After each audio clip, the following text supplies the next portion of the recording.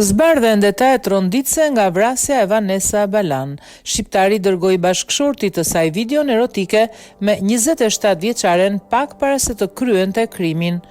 Mediat italiane kanë nxjerrë në dritë detaje të reja nga rrethanat e vrasjes së 27 vjeçares italiane Vanessa Balan nga 41 vjeçari kosovar Bujar Fandaj.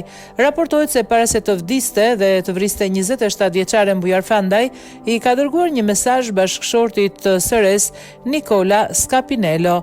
Bashkë ka ngjitur mesazhi 41 vjeçari kosovar i ka dërguar një video erotike të tij me 27 vjeçaren të filmuar gjatë periudhës që ata kanë të lidhur bashk. Pa kohë më parë, autoritetet shëndetësore në Itali kanë publikuar autopsinë e bërë ndaj sëres.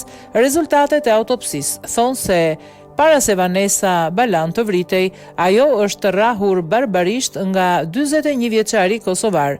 Ndër të tjerë, autoritetet italiane shprehen se 27 vjeçaria ka marrë 2 goditje në mushkëri dhe më pas Bujar Fandaj ka qelluar me thik në zemër duke shpuar tej për tej organin jetësor.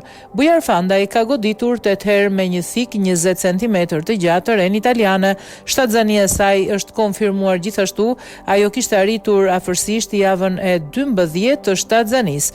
Në ditët në vim do të bëhet edhe një test ADN-je për të zbuluar atësinë e fetusit. Vanessa Balan u vra në pragun e shtëpisë e goditur të paktën 8 herë me thik nga ishi dashur i saj. Pas një viti lidhje, 27 vjeçaria kishte vendosur të jepte fund gjatë verës, por shqiptari nga Kosova nuk e kishte pranuar ndarjen. Ky fundit kishte filluar ta përndiqte duke u shfaqur disa herë në vendet ku ajo punonte, apo edhe në shtëpinë e saj duke kërcënuar se do ta vriste në rast se nuk ribashkoheshin.